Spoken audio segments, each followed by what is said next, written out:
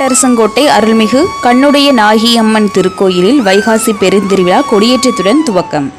சிவகங்கை மாவட்டம் நாட்டரசங்கோட்டையில் சிவகங்கை தேவஸ்தானம் சமஸ்தானத்திற்கு பாத்தியப்பட்ட அருள்மிகு ஸ்ரீ கண்ணுடைய நாகியம்மன் திருக்கோவில் அமைந்துள்ளது.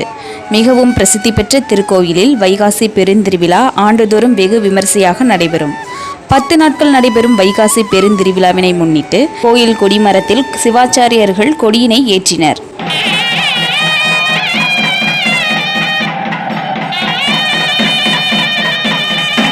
முன்னதாக உற்சவர் கண்ணுடைய நாகியம்மன் உட்பிரகாரத்தில் பல்லாக்கில் மேலதாளங்கள் முழங்க அழைத்து வரப்பட்டார்.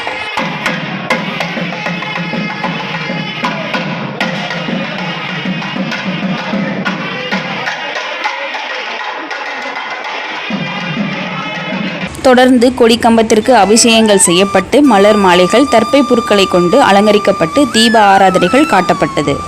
இதனை நாட்டரசங்கோட்டை, கண்டுபட்டி, சிவகங்கை மற்றும் சுற்றுவட்டார பகுதியில் இருந்து ஏராளமான பக்தர்கள் கலந்து கொண்டு சாமி தரிசனம் செய்தனர்.